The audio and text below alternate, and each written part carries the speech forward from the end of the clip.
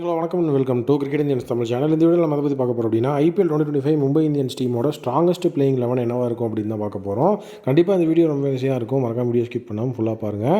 First நம்மளுடைய strongest opening அப்படிங்கிற அந்த ஒரு விஷயத்துக்குள்ளே நம்ம வந்துட்டு ஆள் எடுக்கணும். ஓப்பனிங்கில் கண்டிப்பாக ரோஹித் சர்மா இருப்பார். அவருக்கு பார்ட்னர் யார் அப்படிங்கிறது தான் இங்கே விஷயம். ஸோ ரோஹித் சர்மாவோட பார்ட்னராக இஷான் கிஷான் இருந்த இடத்துல தான் இப்போ நமக்கு ஆள் வேணும். ஸோ டோட்டலி இஷான் கிஷானோட ஃபார்முமே அந்த இடத்துல வந்துட்டு இப்போது கொஷின் மார்க்கில் இருக்கிறதுனால வில் ஜாக்ஸை பிரைமரி ஓப்பனிங் பேட்ஸ்மேனாக வைக்கிறது எந்த அளவுக்கு சக்ஸஸ்ஃபுல்லாக வரும் அப்படிங்கிறது தெரில. பட் எல்லா இடத்துலையுமே பிரைமரி ஓப்பனிங் பேட்ஸ்மேன் அப்படின்னு சொல்லி அவரை தான் சொல்லிட்டுருக்காங்க. ஸோ அப்படி அவர் வைக்கலை அப்படின்னா அந்த இடத்துல வந்துட்டு நம்ம ரியான் ரிக்கல்டனை வைக்கலாம். ஸோ அவரோட ஃபார்ம் இவரோட ஃபார்மும் பெரிய வித்தியாசம் கிடையாது. ரெண்டு பேரும் ஒரே மாதிரி தான் இருக்காங்க. அதனால் இங்கே யாரையும் கேட்டகரைஸ் பண்ணி பெருசுப்படுத்தலை. வில் ஜாக்ஸ் அண்ட் ரோஹித்துங்கிற காம்பினேஷனோட தான் வந்திருக்கேன். நெக்ஸ்ட்டு மிடில் ஆர்டர் அப்படிங்கிற அந்த விஷயத்தில் வந்து பார்த்தீங்கன்னா வந்துட்டு சூரியகுமார் யாதவ். ஸோ சூரியகுமாரை பொறுத்த வரைக்கும் ஸோ கண்டிப்பாக வந்துட்டு அவர் ஒரு கன்சிஸ்டண்ட்டான பர்ஃபார்மர். இப்போ ரீசெண்டாக அவருடைய கன்சிஸ்டன்சி அப்படிங்கிறது மிஸ் ஆகிட்டு இருக்குங்கிற ஒரு ட்ரோல் இருக்குது. சாம்பியன்ஸ் ட்ராஃபி ஒன் டே ஃபார்மெட்டாக நடக்கிறதுனால ஓடிஐ ஃபார்மெட் அப்படிங்கிறதுல வந்து சூரியகுமார் யாதவ் ஒரு கன்சிஸ்டன்ட் மெம்பர் கிடையாது. ஏன்னா ஓடிஐ வேர்ல்டு கப்லேயுமே அவரோட கன்சிஸ்டன்சி மிஸ் ஆச்சு. ஸோ இப்போது அவர் விஜயசேரி ட்ராஃபியில் ஆடிட்டு இருக்கார். அங்கேயுமே வந்துட்டு பெரிய லெவலில் வந்து கன்சிஸ்டண்ட்டாக இல்லை. T20 அவர் எப்போவுமே வந்துட்டு கிங்கு தான். ஸோ அதனால் வந்துட்டு இப்போ ரீசெண்டாக வந்து பார்த்திங்கன்னா நிறைய விஷயங்கள் நடந்திருக்கு. ஸோ அதாவது வந்து மிடில் ஆர்டர் அப்படிங்கிறது இந்த தடவை மாறுறதுக்கு வாய்ப்பு இருக்குது. ஒன் டவுனில் வந்துட்டு திலக் வர்மா உள்ளே வந்துட்டு திலக் வர்மாவோட இடத்துல அந்த ஒரு இடத்துல சூரியகுமார் யாதவ் ஆடுறதுக்கான சான்சஸும் இப்போ ஹெவியாக இருக்குது அப்படிங்கிற மாதிரி தான் எல்லோரும் சொல்லிட்டுருக்காங்க. காரணம் என்ன அப்படின்னா திலக் வர்மா அதுக்கப்புறம் சூரியகுமார் யாதவ் இவங்க ரெண்டு கம்பேர் பண்ணும்போது திலக் வர்மா இப்போ ஒன் டவுனில் வந்து பார்த்திங்கன்னா நல்ல ஒரு அருமையான பேட்டிங் அப்படிங்கிறது ஆடி இருக்கிறாரு. ஸோ இந்தியா வந்து பார்த்திங்கன்னா நல்ல ஒரு சூப்பரான ஒரு மிடில் ஆர்டர் பேட்ஸ்மேனை ஃபைன் பண்ணிருச்சு அப்படின்னு சொல்லி சிவம் தூபே அதுக்கப்புறம் திலக் வர்மா இவங்களோட பார்ட்னர்ஷிப்லாம் வந்து நம்ம பார்த்துருக்கோம். ஸோ அந்த மாதிரி வந்துட்டு நல்ல ஒரு பார்ட்னர்ஷிப் திலக் வர்மா அண்ட் நம்மளுடைய சூரியகுமார் யாதவ் கிட்டேருந்து கிடச்சிது அப்படின்னா இன்னுமே வந்து அது எஃபிஷியண்ட்டாக தான் இருக்கும்னு நான் நினைக்கிறேன். ஸோ அதனால் கண்டிப்பாக இந்த தடவை வந்துட்டு ஒரு சேஞ்ச் அப்படின்னா ஒன் டவுனில் வந்துட்டு திலக் வர்மா வர்றதுக்கான வாய்ப்புகள் இருக்குது அப்படிங்கிற மாதிரியும் வந்துட்டு ஒரு ப்ரெடிக்ஷன் இருக்குது. பட் வெயிட் பண்ணி பார்ப்போம். அந்த இடத்துல கேப்டன் வந்துட்டு சூரியகுமார் யாதவாக இருந்ததுனால இன்டர்நேஷ்னலில் அந்த ஒரு சேஞ்ச் வந்து நம்மளால் பார்க்க முடிஞ்சது. பட் இப்போது வந்து பார்த்திங்கன்னா கேப்டன்சி அப்படிங்கிற விஷயம் ஐபிஎல்லில் வந்து ஹர்திக் பாண்டியாட்ட இருக்கும்.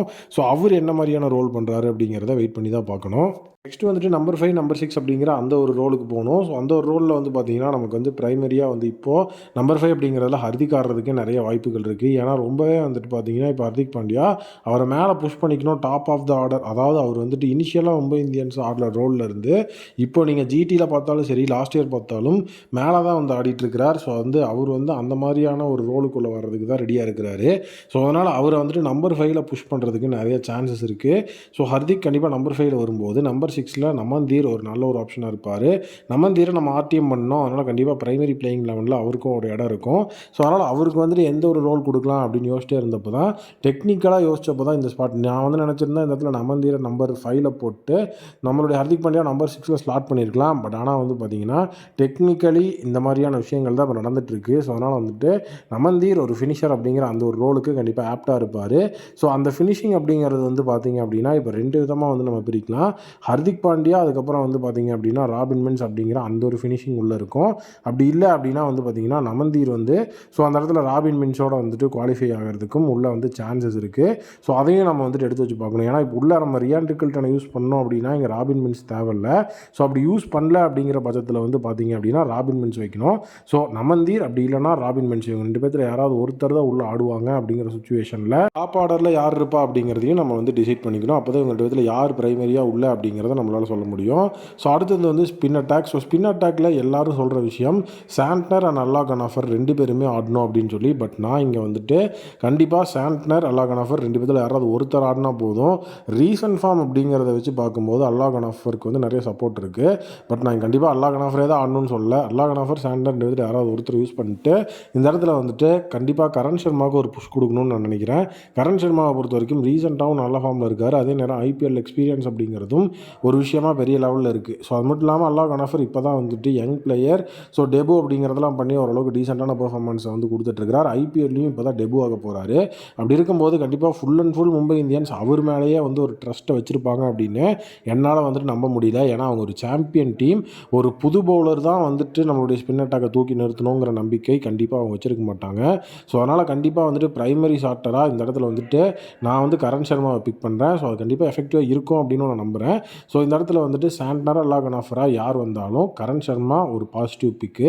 அடுத்தது வந்துட்டு நம்மளுடைய மும்பை இந்தியன்ஸ் டீமோட பேஸ் அட்டாக். மும்பை இந்தியன்ஸ் டீமோட பேஸ் அட்டாக்கில் வந்துட்டு 3 பேர். ஸோ அவங்க வந்துட்டு எந்த வித மாற்றமும் இல்லாமல் இருப்பாங்க. பும்ரா, போல்ட், அதுக்கப்புறம் வந்து தீபக் சகர். இவங்க தான் வந்துட்டு அந்த பேஸ் அட்டாக்கை வந்து லீட் பண்ண போகிறாங்க. பவர் பிளே, டெத் ஓவர்ஸ் அப்படின்னு சொல்லி இவங்க தான் அந்த ஒரு இடத்துல வந்துட்டு இருக்க போகிறாங்க. ஸோ இதுதான் வந்துட்டு அந்த ஸ்ட்ராங்கஸ்ட் பிளேயிங் 11 அப்படிங்கிற அந்த ஒரு விஷயத்தில் இருக்க போது. டோட்டலாக நான் இப்போ ஃபஸ்ட்லேருந்து அந்த 11 பிளேயர்ஸ் உங்களுக்கு சொல்லிடுறேன். ஸோ ஓப்பனிங்கில் வந்து பார்த்தீங்க அப்படின்னா Rohit Sharma, Will Jacks. So அதுக்கப்புறம் வந்துட்டு ஒரு இடத்துல ரியான் ரிக்கல்டன் இருந்தார் அப்படின்னா வந்துட்டு அந்த இடத்துல விக்கெட் கீப்பிங் ரோல் அவர் பண்ணிக்குவார். அதுக்கப்புறம் வந்துட்டு சூரியகுமார் யாதவ், திலக் வர்மா, ஸோ அதுக்கப்புறம் ஹர்திக் பாண்டியா அப்படிங்கிற அந்த ஒரு பிளேயர் இருக்காங்க. பவுலிங்கில் வந்துட்டு பேஸ் அட்டாக்கில் இப்போ நான் சொன்ன மாதிரி இவங்க 3 பேர் பும்ரா, போல்ட்டு, சகர், அல்லா கனாஃபர் அப்படி இல்லைனா சாண்ட்னர். ஸோ அதுக்கப்புறம் வந்து அந்த விக்கெட் கீப்பர்ஸை பொறுத்து ராபின் மின்சா, நம்மளுடைய நவந்தீரா அப்படின்னு சொல்லி பிக் பண்ணிட்டு கரண் சர்மாவோட ஸோ இந்த ஒரு 11 முடியுது. ஸோ உண்மையிலேயே நல்ல ஒரு டீசெண்டான 11ஆக தான் இருக்குது. உங்களுடைய இந்த ஒரு ஸ்ட்ராங்கஸ்ட் 11 எப்படி இருக்குது அப்படிங்கிற உங்களுடைய கமெண்ட் செக்ஷனில் கமெண்ட் பண்ணுங்கள். வீடியோ உங்களுக்கு பிடிச்சிருக்கு நம்புறேன். வீடியோ பிடிச்சா மறக்காம சேனல் சப்ஸ்கிரைப் பண்ணி பக்கத்தில் இருக்க பெல் ஐகானை ப்ரெஸ் பண்ணி வச்சுக்கோங்க. மீண்டும் நாளைக்கு புதிய வீடியோ மீட் பண்ணுறேன். தேங்க்யூ டு இரன். பை பாய்.